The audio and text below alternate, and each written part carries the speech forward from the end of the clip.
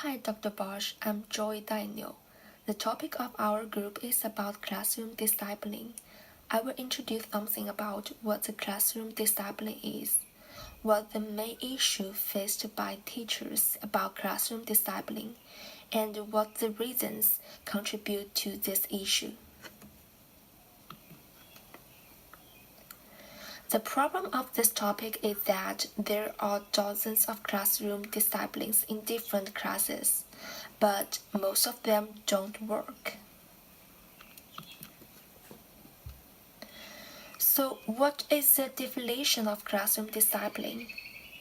Classroom discipline is what a teacher takes to keep the classroom smooth running in a year, including organizational environment and settings, communication clear acceptations, and providing guidance to students to keep their focus. The effective classroom discipline promotes students to succeed. There are several reasons result in this issue. I choose 4 of them to discuss. The first one, the teacher's attitude influences the student's discipline problem and the execution of discipline plan in class. For example, for the new teacher, the strength from the classroom management will be possible to result in feeling of classroom discipline. The second one is one plan for all situations. Today we service students with diverse skills, languages, and needs, so it's obvious that one plan will not work in all situations. In fact, effective teachers may use 2 different discipline plans for 2 different kinds of classes and change plans year to year. The third one, classroom discipline problem related to lack of motivation in effective classroom environments or resources and lack of interest in interaction of classroom. Except the 3 before, there are some other causes of this issue, including problems at home, peer influence, perception of students, and disability. Problems at home. Issues and stresses at home are a major reason for students to act out in class. For example, if students are abused or neglected at home, their anger can break out and lead them to disrupt classroom. Acting out in class is a way students who feel helpless about their home situations feel like they still have some control. Peer influence. Students who are bullied by their peers are likely to bring this discipline issue in the classroom. Although many students who are bullied become quiet in the classroom to prevent calling attention to themselves, others act out. Perspectation.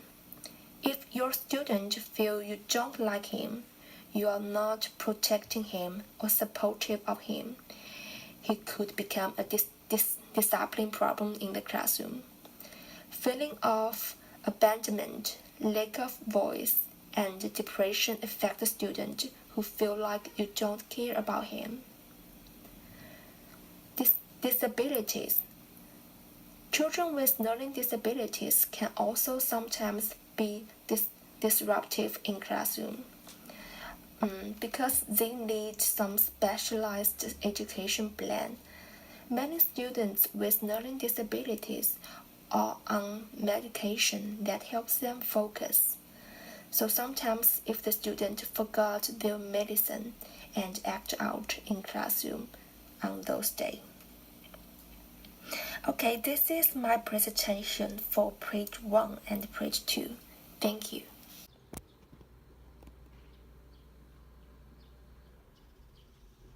With classroom discipline, there are going to be consequences.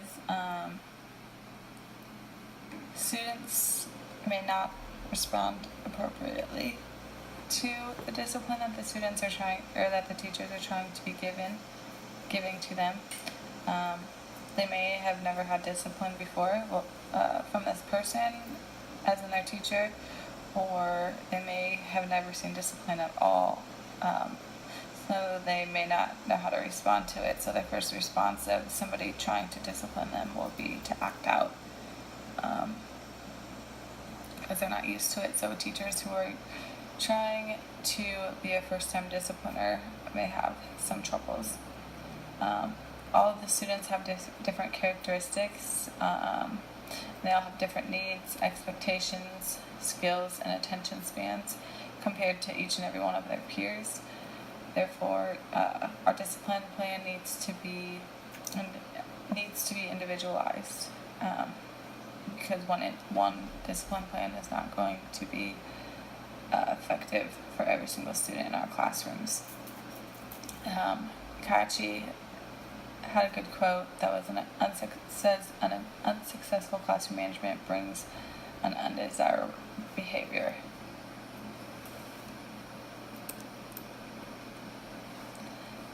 Possible solutions to this problem: knowing how to overcome the undesired behavior. This could be done by analyzing the reason for the unwanted behaviors. So knowing if it's a student sitting next to their best friend and that's why they're acting out, or they're sitting next to a girl that they have a crush on, or anything. Knowing that and being able to analyze it, and once you find out the reason, try and eliminate it as best as you can. Knowing your kids will be huge in solving these problems. Encourage your students to work collectively and collaboratively among students that have similar interests with them, but they also have the same skills as one another. While doing this, prevent conflict when making groups for projects by not the teachers can make sure that they're doing this by not pairing students who do not work well together, not get along with each other, and that will lead back to the analyzing the reason. You'll have some trials and errors of people working together to find out who does and who doesn't work well together before you actually get that solution. Building relationships with your students is also super important, as it is building relationships in general. The relationship between the teacher and the student plays a big role on their environment, or on their environmental achievement and the behaviors that they are having with the classroom. If your student does not respect you, they're going to act out and misbehave. Students are going to be more honest with you, and if they have violated a rule, they're more likely to admit it when you have a better relationship with them.